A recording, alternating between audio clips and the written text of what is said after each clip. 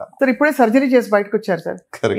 ఏంటి sir case? మీకు ఎలాంటి కేసెస్ మీరు అంటే అంత రోజు ఏదో ఒకటి ఇలాంటి రాచపుండు గురించి మాట్లాడడం తప్ప వేరే ఉండదు మీకు ప్రపంచంలో.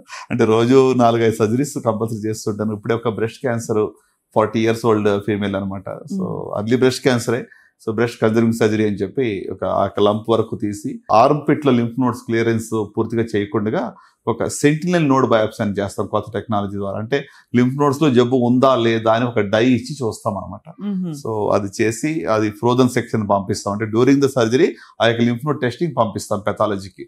సో ఆ టెస్ట్ లో నెగిటివ్ వస్తే లింఫ్ నోడ్ క్లియరెన్స్ అవసరం లేదు. ఇప్పుడు ఈ మహిళ 40 years అని చెప్పారు కదా, ఎందుకు వచ్చింది ఆవిడ క్యాన్సర్ అని ఎలా చెప్తారు సార్? అంటే చెప్పగలుగుతాం ఆవిడ సడన్ గా వచ్చి ఉంటుంది మీ దగ్గరికి, సింప్టమ్స్ తో వచ్చారా? తను బ్రెస్ట్ లంప్ తోనే వచ్చింది. అంటే ఇప్పుడు లంప్ లేకుండా రావాలంటే స్క్రీనింగ్ తప్ప వేరే మార్గం లేదు. మనకు లంప్ ఉన్నా కూడా నిర్లక్ష్యం చేసి ఇంకా చాలా పెద్దగా అయ్యాక లేట్ స్టేజ్ లో మన దగ్గరికి వస్తా ఉన్నారు. సో అన్ఫార్చునేట్ గా అంటే ఎందుకు క్యాన్సర్ లో మీరు ఇందాక ఒక మాట చక్కగా చెప్పారంటే అంతా బాగుంది అనుకుంటున్నారు, సడన్ గా జబ్బు వచ్చింది అన్నట్టుగా వచ్చి చూపించుకుంటున్నారు.